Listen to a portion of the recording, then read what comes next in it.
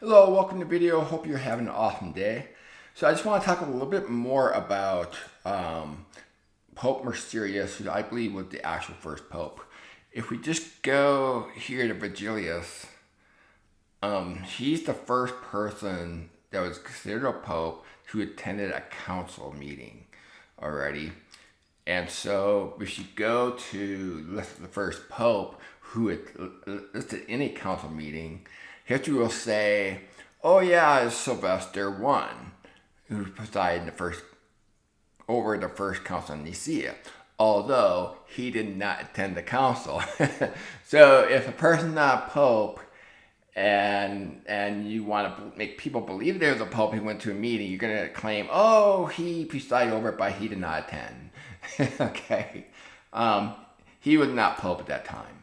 So anyway, so this suggests that Vigilius is the first one who was actually a pope who attended a council meeting, and that was the Council of Constantinople in 553. So Justinian was the emperor at the time. So it records here that he held the same pope against his will in Constantinople to condemn some writings by important church figures in Antioch in an effort to achieve his aim. So this is the first that I see where an emperor who's acting as Pontiff Maximus is butting heads with a church leader such as a pope. Okay, before that, they were calling all the shots. So when you look at the list of popes, you see the column here, personal name. Okay, and it starts with Pontiff number 52. And Mercurius, the one I believe the first pope, he is the first one to actually use personal name. When you look at prior to 52, number 52, there is no such column. Okay, personal name. Because they all use their personal name. They didn't separate it from the name that they used. So for example, he went by the name John II, but he used the personal name of Mercurius. Or his personal name Mercurius, but he went by the name John II. Okay, the first one where it did not match. So you should watch my other video of why I state the reason for that is because he was trying to pull power away from the state, expecting resistance. So that's why he didn't use his personal name. So they'll say, oh, it was associated with the Roman god Mercurius. That's why he changed his name or didn't go by his personal name. But again, if you go to a very previous person, it's the same problem. His name means son of Zeus. It's the same problem. So why is it not a problem here, also the problem here? It could be because Mercurius is the actual first pope, where it is the problem. So that's a hint that he's probably the first pope. Again, I think it was because the name change, not going by the personal name, because he was pulling power away from the state, and he was expecting resistance.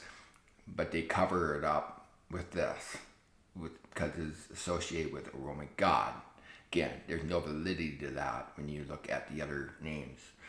So Vigilius is the first pope to actually have attended a council meeting and first listed by the emperor to actually have conversation entitled pope. Okay, that I know. Now, if I'm wrong, let me know in the comments if there is a pope. Now, the problem with this, a person can just easily make something up, throw it out there in the internet world, make it look legit, and then, oh yeah, we had Emperor such and such butting head with Pope such and such. Anybody can make something up, and that's the problem in all this, especially during the days of papyrus. What most people don't know, especially scholars, surprisingly, that in the days of papyrus, you could first of all, the lower class did not own any papyrus; they could not afford it. So the upper class, there's no middle class, by the way. So the upper class can control or rewrite history if they wanted to, and they had the resource to do that, especially in the case of the 4th century. I got videos on this in Eusebius, who was spiritual advisor to the emperor at the time, Emperor Constantine. And so with him being the spiritual supervisor, he had access to the tax collector of the emperor. And the tax collector just go ahead and just grab out of 28 libraries of the entire empire. Not that many, not too difficult to do. I mean, tax collectors are already out there anyway.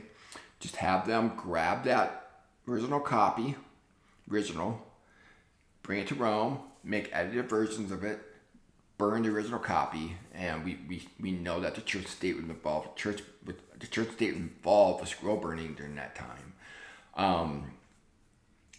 During the days of papyrus, they did not make abundance of copies like we see today. You might have one or two. And again, you only have 28 libraries. It's not difficult to purge it out, re-edit it, and put back an edited version back in the library. So anyway, so he's the first Vigilius to actually butt heads with the emperor, where he held against his will. So you can imagine the resistance he's getting. And so now you can see why Mercurius, who I believe was the first pope, was not using his first name. He went by John II. Of course, you get that John first. This is all fabricated here, made up to make it appear there was all the succession all the way back to Peter. And if you watch my videos on Peter, he was definitely not a pope. That was not his role that was given by Jesus. He was the apostle of the Jews, the house of Israel. He was a shepherd of the house of Israel. He's responsible for feeding them during the famine, which is the physical feeding. There's also the spiritual feeding, which we find in 1st and 2nd Peter epistles. He was writing to the Jewish people. If you look carefully at his writings, he was not focused on the Gentiles. He was focused on the Jews, and he was subtly telling them in 1 Peter it was time to go. In the very first verse, you should look at from the Jewish perspective. But anyway, so I just want to point these things out. What's interesting is Justinian during his time was trying to basically complete revision of all the Roman law. Okay, and also during his reign, which I believe we had the first pope. And so it makes sense that during his reign, revisiting the Roman law and him being a Christian and wanting to remove what he perceived as heresy, it made sense that along the way somebody would, in the church side of things, help him out. So, and again, with the name change, I think he was just trying to be safe. So anyway, yeah, so this is the first pope that actually attended a council meeting. Okay. This is based on rewritten history. When it says he did not attend the council meeting and it tells you that he was in a council meeting, that is evidence something is read the bright red flag. There's something not right here. And again, he was not a pope. So let me see here. So only 2 sentences. First sentence, he was in a council meeting. Second sentence says he did not attend, and he sent representatives. Why is that? Because he was not a pope. So anyway, let's just go, let's see here. Let's try second pope. Let's see what it says.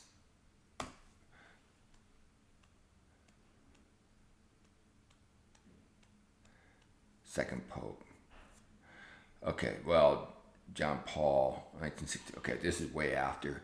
So I think we outsmarted this search here. We already know that according to here, let's see here, that Vigilius attended the Second Council of Constantinople. This was in the year 553, okay? 553 as well, before 1965, 1962. So So obviously there's some problems there.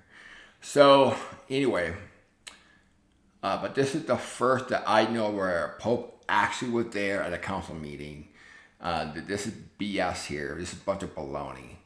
You know, again, this is where you have to exercise discernment, and that is severely lacking among scholars today, and people in general for sure. The first pope listed in the council meeting presided over the first council of Nicaea, although he did not attend the council meeting. You know, so yeah. So anyway, so this is the first person recorded where they're butting heads with the emperor. So we know, so good chance that he was the actual pope that time. But again, due to name change here, I believe he was the first one. Yeah. So anyway, just some thoughts. I'd love to hear your thoughts in the comments below. What are your thoughts? If you believe Peter's first pope, you really, no offense, you need to push the reset button, start over your studies. Because that is a presupposition, a very powerful presupposition that has flooded the minds of billions of people and has fooled a lot of people. If a person carefully pieces together the timeline of Peter, you realize he was never a pope. That was not the role Jesus gave him. Obviously, it required being detail-oriented, which most Christians are not, unfortunately.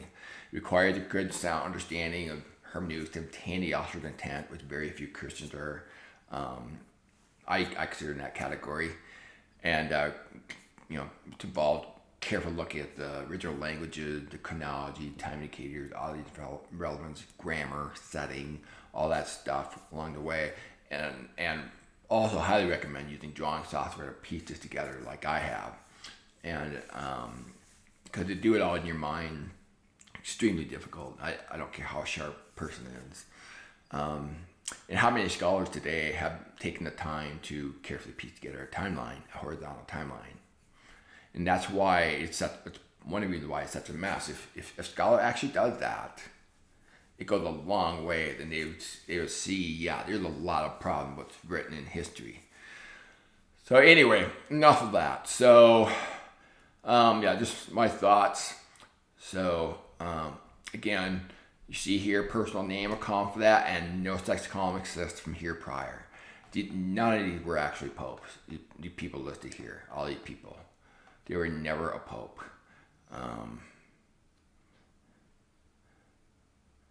So anyway, thank you for watching. And again, I'd love to hear your thoughts in the comments below. Have a great day.